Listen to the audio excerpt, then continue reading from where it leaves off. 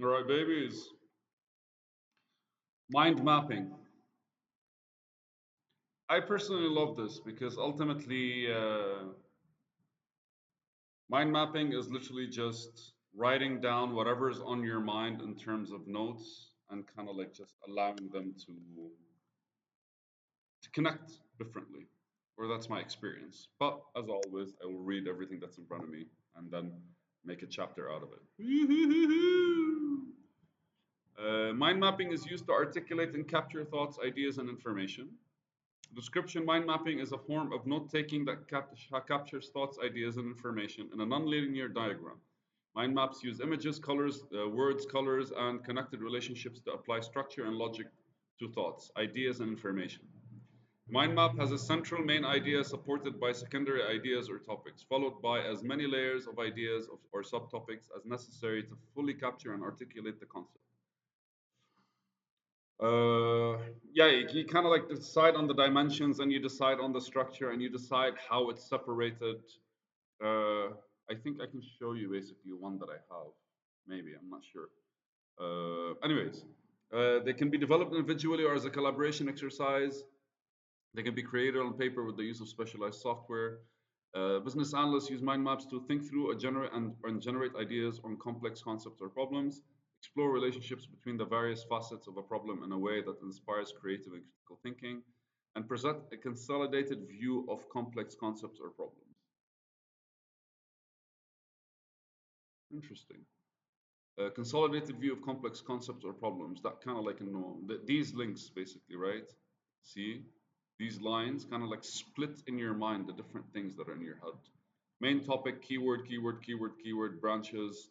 And basically we're going left, right, up, down, and each one kind of like has a different color because each color might refer to something like 3.1 subtopic 4.2. These probably like refer to something similar because everything bluish. Where is it? Well, they didn't talk about it anyways. Color may be used to categorize, prioritize, or analyze topics, subtopics, and their associations. There's no defined color coding standard for mind maps. Each mind map creator applies color in a way that best suits their mode of thinking. Yeah, the colors that I apply for calendars are different than the colors that I apply for Shusmo, are different than the colors that I apply for UI and UX. Anyways, what are the elements of a mind map? Well, there's the main topic of the mind map. And again, like this one is basically in all directions. My mind maps normally start with one space and kind of like split. Uh, let's just show you shapes of mind maps.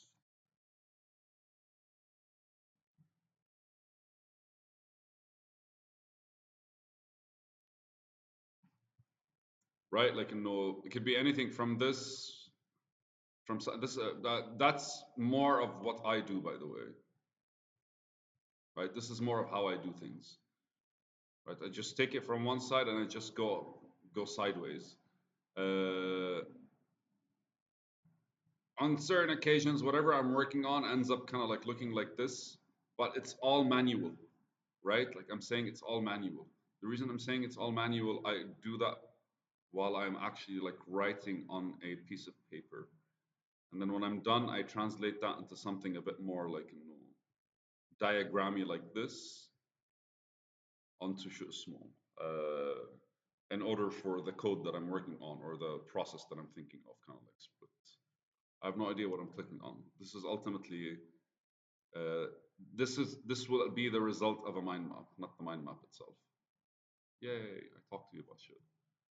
But so, anyways, what's the main topic of the mind map? Is the thought or concept that is being articulated, and the main topic is positioned in the center of the images. There's multiple topics, blah blah blah blah blah, because they contain a great deal of information, can be useful simulating associated topics.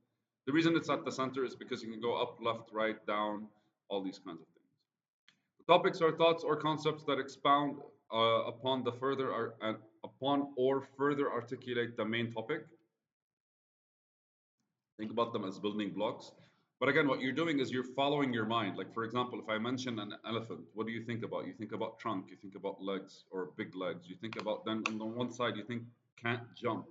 You think very heavy, right?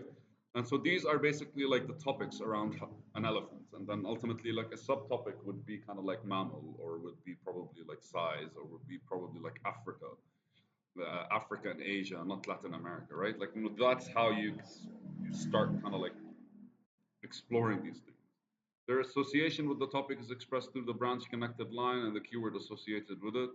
Can be as many as few topics. Oh, keywords. Branches are associations between main topics. Topics like this is a branch, right? This is a branch. This side is a branch. This side is a branch. This side is a branch. Notice main topic, up left branch, up right branch. Hmm? The keywords are single words used to articulate the nature of the association of topics, subtopics, and shit like this. Colors, we talked about them. You kind of like categorize any way you want, and you identify them, right? You label them. You go like, anytime I'm coloring blue, I'm talking about, for example, health. Anytime I'm coloring, or green is health.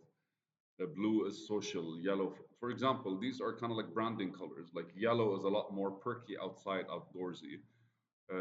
Purple is a lot more class. Uh, Dark is a lot more شو اسمه money, cash, right?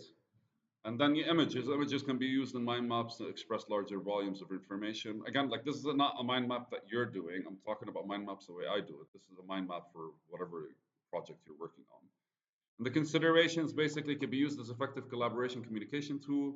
It summarizes the complex thoughts, ideas, and information in a way that shows the overall structure. Association and subtopics facilitate understanding and decision making.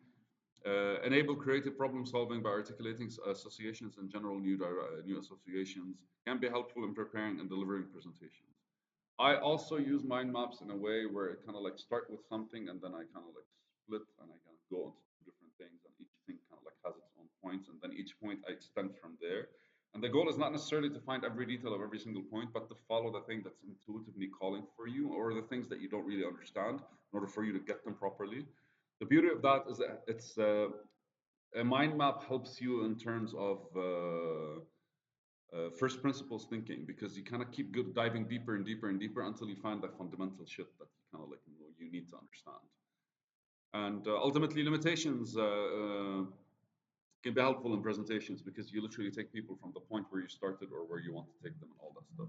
Can be misused as a brainstorming tool, and the relation document or ideas can be created. Association may inhibit idea generation. A shared understanding of a mind map can be difficult to communicate.